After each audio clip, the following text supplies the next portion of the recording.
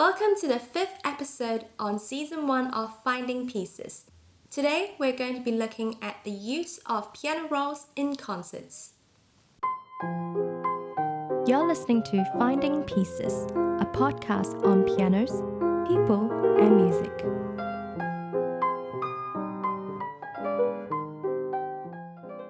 This season, we're on the theme of piano rolls and their playback media, player pianos. Player pianos and piano rolls were in widespread use from the 1900s to the 1930s. In previous episodes, we distinguished that piano rolls can be played back on mainly two types of player pianos.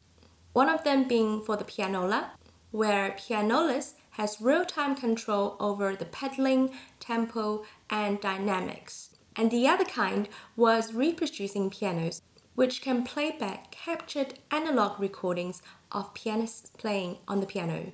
In episode 3, we looked at the three earliest born pianists on piano rolls, Reinecke, Leschetizky, and Saint-saëns. Access to these piano rolls today certainly gives us a window into hearing their interpretations of the music. But what did the pianists themselves actually do with piano rolls after they record them? Did they use them in concerts? And what can pianists and musicians today do with piano rolls? Let's dig into some sources to find out.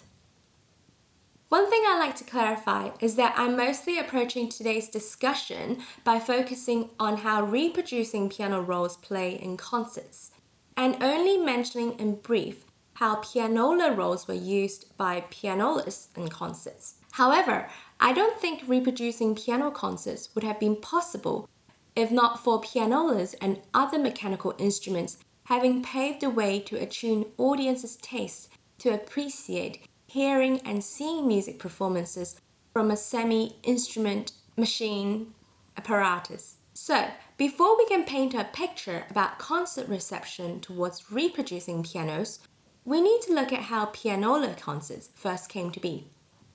1898 was the year that the first pianola, made by Aeolian company, became commercially available first in the United States and then in 1899 in Europe. When these pianolas were being sold in their company's showroom, it would make sense to have demonstrations to show the capacities of the instrument by performing rolls.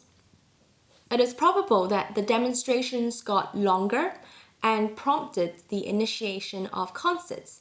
And according to this concert program, it was Reginald Reynolds who gave the first piano player recital in a London concert hall on what is a Sicilian push-up on the 2nd of March 1902. And in this concert, there's only one soloist, Reginald Reynolds himself. Over time, pianola concerts saw collaborative platforms between pianists and other musicians, such as this concert at the Sicilian Hall in 1905, where there were vocal performances, cello sonatas, as well as piano compositions and piano arrangements.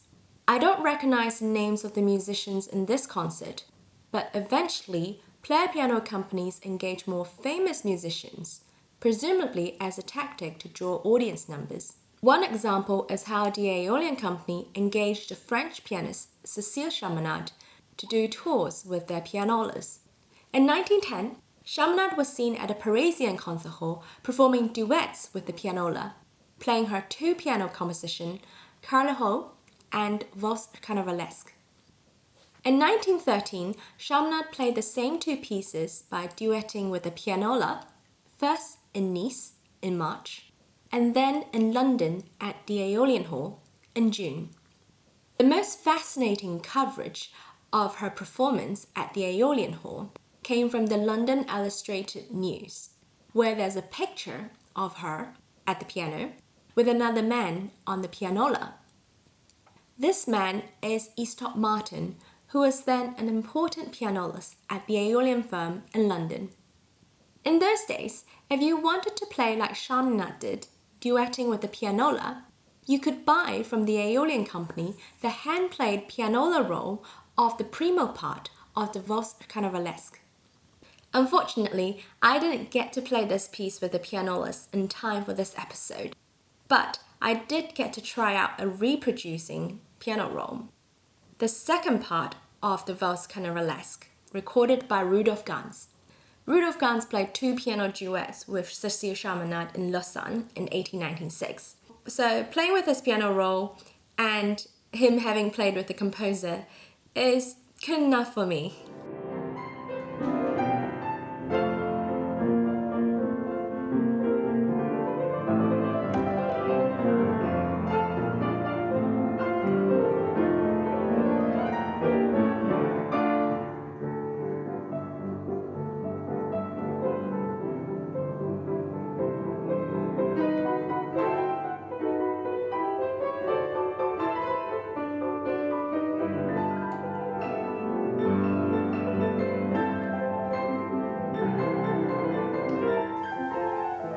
I'll come back to speak more about the challenges I faced in this experience near the end of this episode.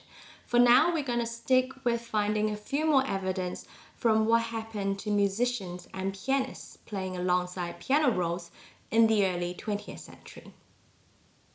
I'm not sure what the likelihood it is for people to have 2 pianos at home in the early 20th century, but there are certainly a lot of accompaniment rolls available. And this ranged from vocal arias to violin and cello sonatas, as well as 2 piano works and concerto pieces. For 2 piano works and concerto pieces, you get back into this problem of needing 2 pianos, and the other needs to be pedaled by a pianist. And same with the other accompaniment roles for other singers or instrumentalists.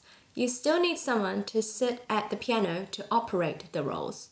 When reproducing piano rolls came along, this seems to solve the problem, as you could just put the roll on and let it play by itself while you get on with other things. But the main point of reproducing pianos is that it is meant to reproduce or reenact the playing of famous pianists. So playing with the reproducing piano rolls was like playing with the famous pianists themselves in your own living room. As expected, companies who made these reproducing pianos marketed this convenience in their showrooms through demonstrations and concerts. It is also important to consider that although the companies that made player pianos and piano rolls had similar marketing strategies in how they advertised their pianolas and reproducing pianos, the general public's reception towards player pianos differed from one geographic location to another. Concerts featuring reproducing piano rolls were already taking place in Germany in as early as 1905 with the Voltaire Company and then Hupfeld Company. But in the English-speaking territories, namely the USA and the UK, public reproducing piano roll concerts did not appear until mid-1910s and more frequently in the 1920s. In the United States, concerts which featured reproducing pianos started in mid-1910s. In the following review in the New York Globe regarding the concert given by pianist Leopold Godowsky and the Ampico at Hotel Biltmore in 1916, we see that there is an element of surprise and almost a newfound novelty. Phrases hinting at this being would have been scandalous. The great pianist actually permitted. Extraordinary success achieved by the almost human instrument. Companies that made reproducing systems, like the Ampico and the Aeolian, commissioned concerts with contracting famous musicians to play with their reproducing pianos, and these concerts extended to tours that travelled throughout the country. One of the musicians from the many examples of the Aeolian commission concerts was Maurice Dambois, who, as said by the Music Trade Review, fulfilled a triple role as a composer, pianist, and cellist through using the dual art reproducing piano roll in his American tour in 1922. Looking at the program, I personally think that he played more than just 3 roles. So, as a piano accompanist playing the orchestral part in Liszt's piano concerto, accompanying a piano roll of another pianist, as a cellist playing the Saint-saëns cello concerto and Popper's Aliquim, 2, the piano accompaniment parts of which he had previously recorded on a piano roll, the Bagatelle No. 1, that's his own composition, and himself played as a piano soloist, playing in alternation to the other solo bits he previously recorded on the piano roll, performing solo piano works without piano rolls, Boccherini's Minuet and his own Clair de Lune, playing on the piano one of the two parts in Brahms's Hungarian dance for two pianos in equal partnership to the other part that he had previously recorded on piano rolls. So, whoa, what a spectacle display of a musician's versatility.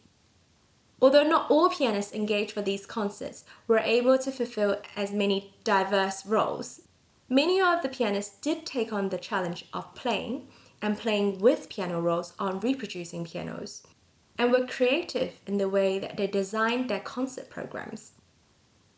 In a concert given by the British pianist Clara Evelyn, she accompanied a singer, alternating with the duo art piano, which accompanied other pieces sung by the singer.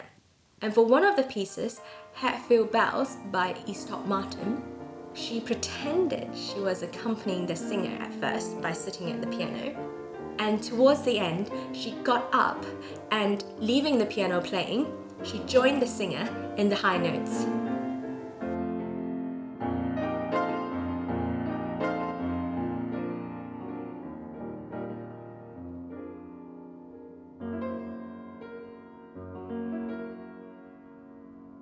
There was very little that one could do once the roll has been set in motion. According to Clara Evelyn, an Aeolian staff was responsible for putting the rolls into the duo art and selecting the speed. And she was given a button next to her foot to control when to stop or start the roll. In one of the concerts, the roll was accidentally set at 10 points too high. So the poor pianist had to keep up with the roll. This button, or electric switch, can only perform one task, and that is to stop or start the roll.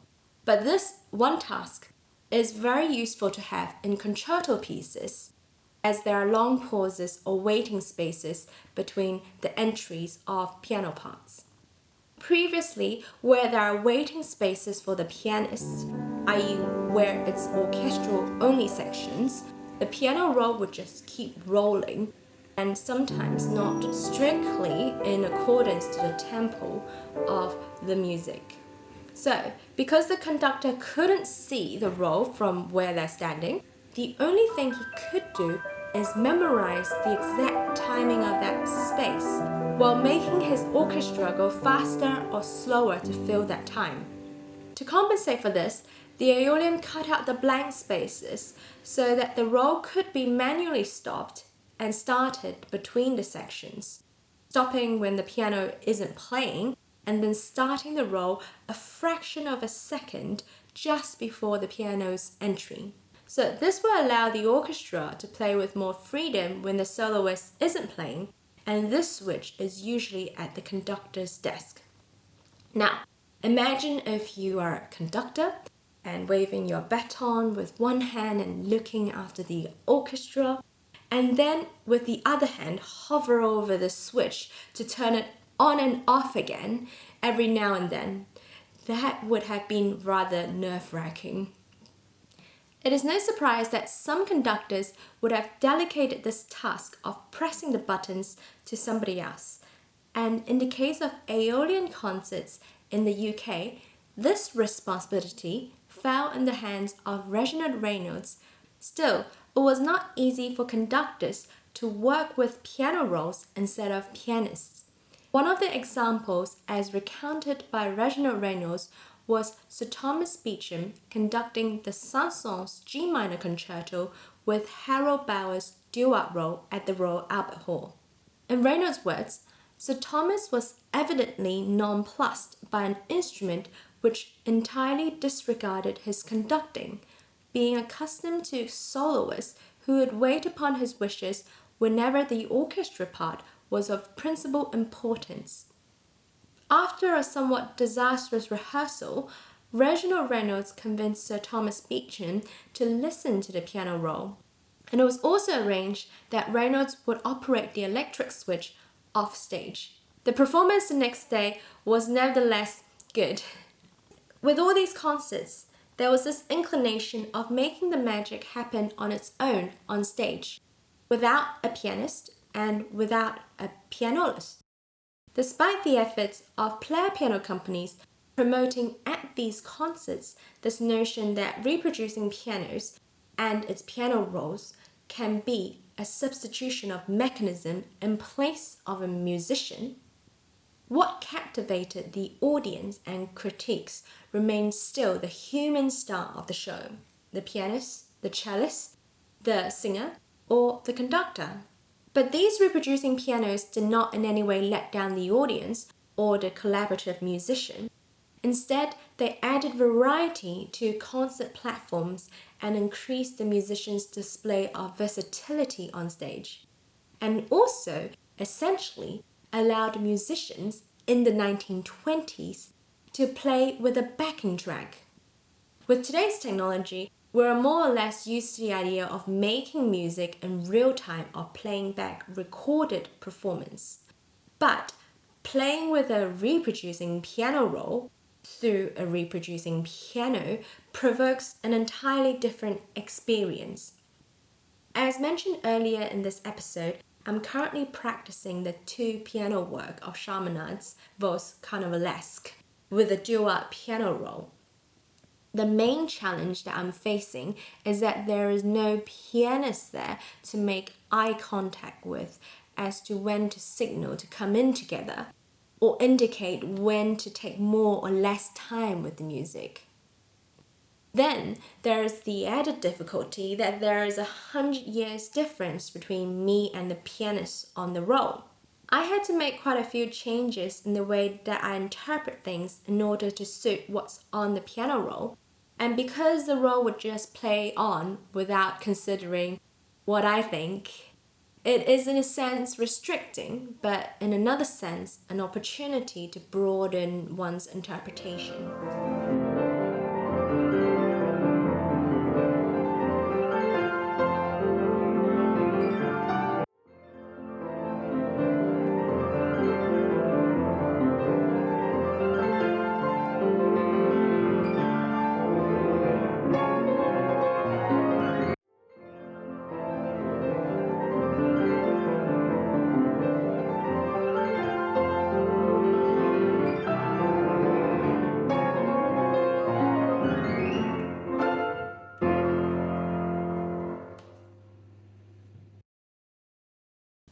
Thank you for listening, and I will see you in the next episode.